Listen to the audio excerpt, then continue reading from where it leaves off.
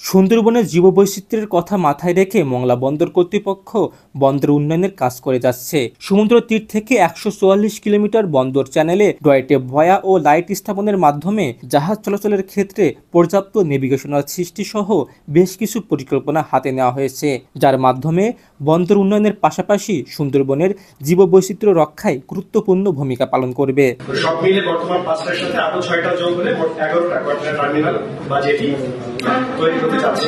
মংলা বন্দরের বর্তমান সক্ষমতা আমরা যেটা আজকে দেখছি, অদূর ভবিষ্যতে এটা আরো বাড়বে বলে আমরা আশা করছি।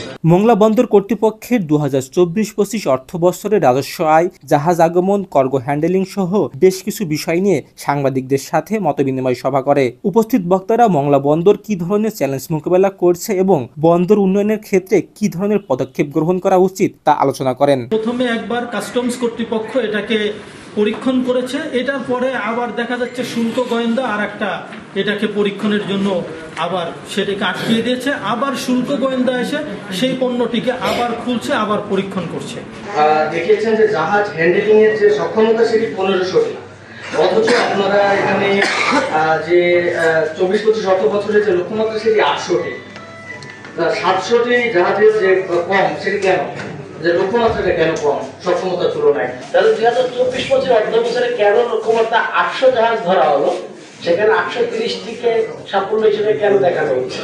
মত বিনিময় সভার সভাপতি কাজী আবেদ হোসেন মংলা বন্দর ও সুন্দরবনের জীববৈচিত্র্য রক্ষায় মংলা বন্দর কর্তৃপক্ষ কি ধরনের পদক্ষেপ গ্রহণ করছে তা সাংবাদিকদের সামনে তুলে ধরেন। মংলা বন্দরের এই যে ভূ সম্পত্তির দিক থেকে এবং ভূ প্রকৃতিগত দিক থেকে, অবস্থানগত দিক থেকে কোন কোন জায়গাগুলোতে আমরা পদক্ষেপ নিলে আরো অনেক বেশি এগিয়ে যেতে পারে সে নিয়ে যে আমাদের মধ্যে পরিকল্পনাগুলো চলছে, আমাদের বক্তব্যে আপনারা বুঝতে পারবেন।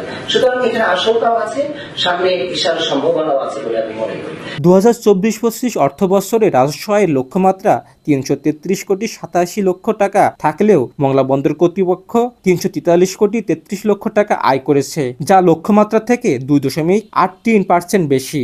Safayet Hossain Shaon, voice of tiger.